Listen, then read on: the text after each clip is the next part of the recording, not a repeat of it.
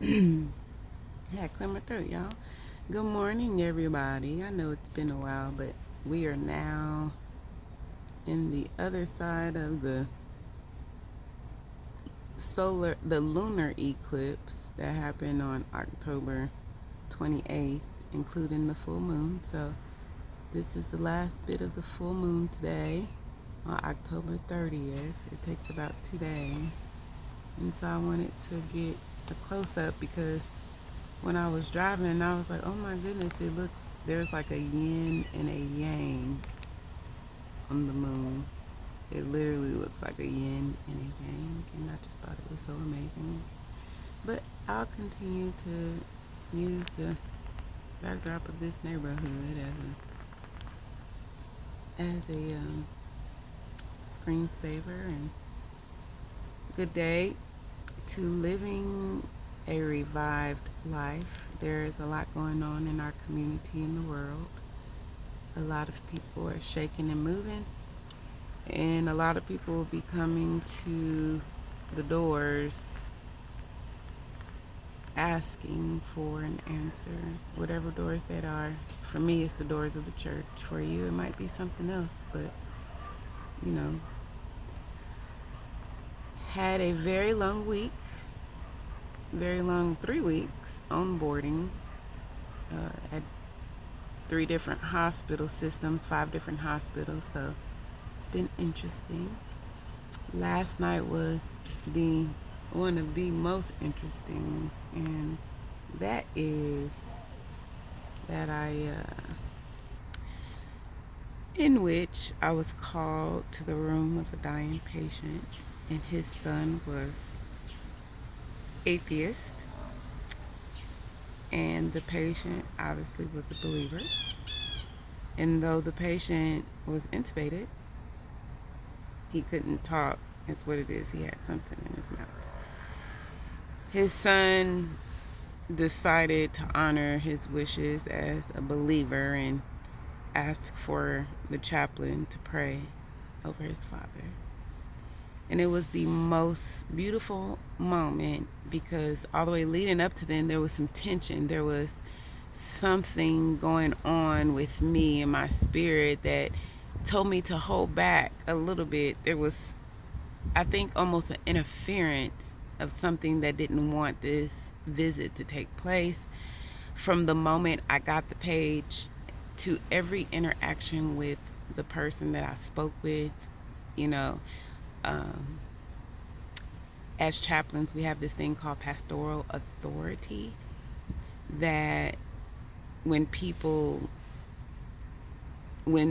dynamics happen, sometimes you have to display a type of authority over the hospital, really, over the doctors, over the nurses, the staff, anybody, vendors who come into the hospital. Sometimes we have to have an authority because honestly, you can't run a successful hospital system without somebody to release the dead bodies. Okay, hear me out. The chaplain is one of the most, if not the most, important person in the hospital building because there is nobody else who can do the chaplain's job other than the chaplain. Does that make sense? Okay. So when the staff sends information, it's supposed to be complete in order for the chaplain to do their duty. It's more than just a prayer. I'm going to say that chaplaincy is more than just a prayer. It is an art. It is a skill level, and it is a certain level of demonstration of care for emotional and spiritual needs. And that's why I started this YouTube channel, just for that, just to specifically help people through this journey in spiritual emotional needs. But I digress. So bringing back to this, and so my inner spirit literally had to pull my pastoral authority, and I have been trained enough to know that it's overnight. Nurses can sometimes and will be stressed and overworked. So sometimes, passive aggressiveness comes out, or even direct aggressiveness comes out on a person who exemplifies peace, sometimes feeling safe, right? You know, how children can go to school all day and come home and act crazy, or vice versa.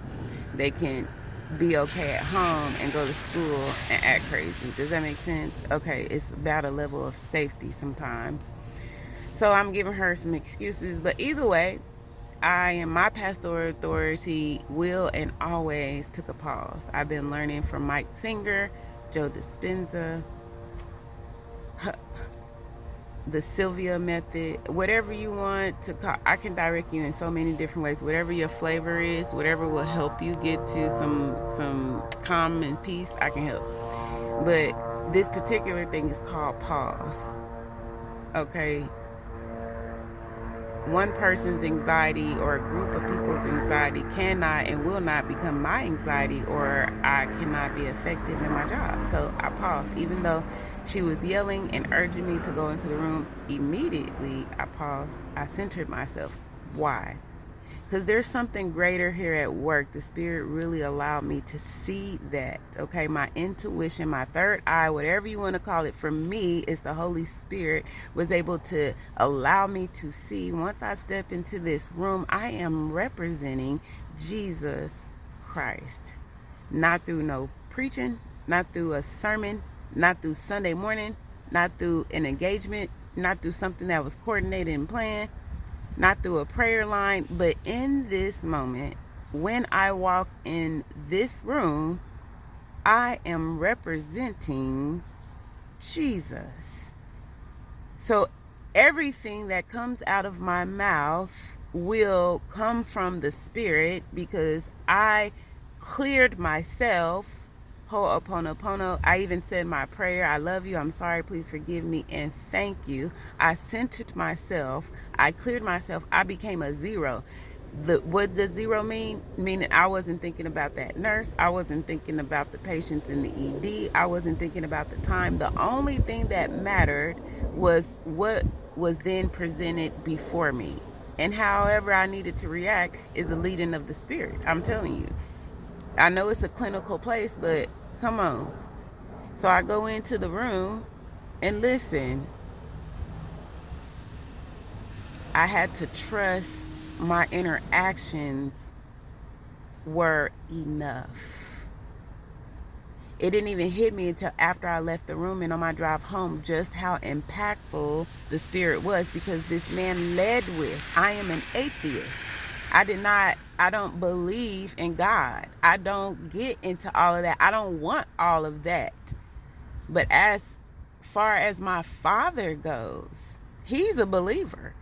And I believe that he can benefit from prayer. Do you not think that man being in the room overhearing the words and promises of God is not power? That he saw this black woman come to a white man's side and politely touch his shoulder and hold his hand and repeat the promises of God. I said, listen, sir, what God has for you is a place that has already been prepared.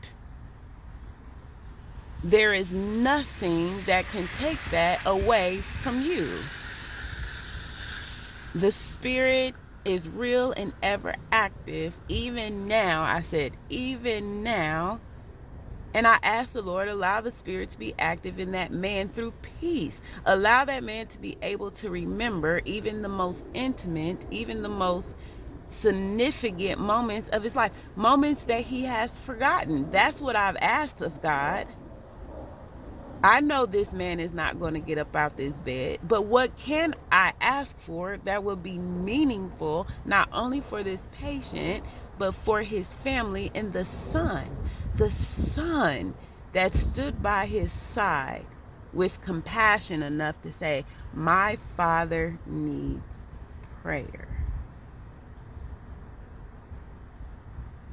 I don't know about y'all, but that's power. I mean, that's the power of the Holy Spirit. And guess what? While I was praying, I was able to hear. I'm at a point in my journey where if I can center myself enough, I can hear what's next, whatever you call it, intuition, third eye, Holy Spirit. For me, it's the spirit, whatever y'all want to call it. For me, it's the spirit. I heard in my mind music, music, music, music. And I was going to turn to leave because I then got another page for something else I needed to go to. And I'm the only chaplain, y'all. I'm the only person who can do this, okay? So I was going to leave and I said, hold on, hey. And I asked the young man, I said, does your father like music? Maybe a hymn, or does he like Christian music? What type of music? Oh no, he's not into all of that. This is the type of music he's into, which is a more of a rock type of situation. And I said, oh well, then come on. He said, actually, ma'am, you want to know what? My dad was a musician. I said, really? He said, yes, music is in our family. He said, actually, I'm a musician as well.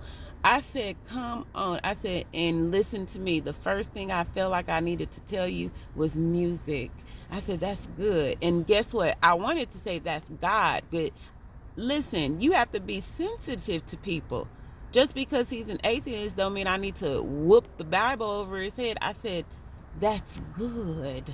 This is a good interaction. I said, he said, actually, before you got here, I was playing some of my music for him, and I turned it off right before you got here. I said, wow. I said, good job, son.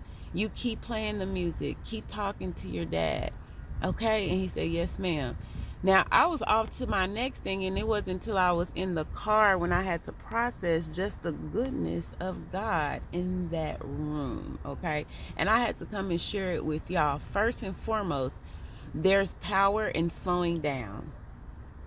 Do not let other people's anxiety become your anxiety. 2, there's power in self-awareness. Understand when you know you're upset and when things are getting to you. You're human.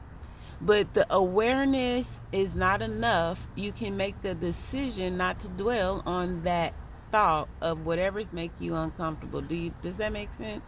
I didn't have to overdwell on that nurse, and she said that. I mean, I did tell my manager what happened because I have to address the culture of the hospital. If this is the culture of the hospital, then it needs to be addressed, because you're not going to run me. I'm the chaplain, and I'm the only person that can do this job. So either you're going to call me and talk to me with respect, or you're going to not call me, or you're going to get this email. And it's not nothing about a power struggle, but it's definitely about everybody being professionals. I'm not going in there touching on patients and trying to tell nurses what to do, and vice versa. Nurses need to be, or anybody just need to understand everybody's role. It's just nurses, not just medical staff. It's everybody needs to work together. Number 2, know yourself. And number 3, allow the spirit, your intuition, your third eye, that angel devil on your shoulder, however you want to embody this, allow it to lead you by being still and centered. Be obedient to that voice, that inner voice, the voice that pulls to peace, the voice that pulls to harmony, that voice that pulls to love, the voice that pulls to helping folks, that voice that pulls to helping yourself. Oh yes, it is okay to be selfish. It is okay to sleep in. It is okay to stay home. It's okay not to participate. It's okay to go get you something to eat. It's okay to spend a little money on yourself. It's okay to go get a massage. It's okay to sit in silence. Okay? It's okay to let these people watch the kids at daycare. Everybody thinks daycare is such a dramatizing thing. Listen, if you find the right hands to keep your kids into, you'll feel safe and you'll be able to live the life that God has chosen you to live. And I'm about to wrap this up because this was a great week. I have so many things to share with you guys that will definitely be enriching, impactful, and powerful. As the YouTube channel builds, this is new to me, it's new to the community, but I'm going to continue on and press on towards the mark. So thank you guys for spending this time with me. Again, my name is Kate Cole, and this is Living Revived. And if you want to heal others, we definitely have to first and foremost start by healing ourselves. God bless.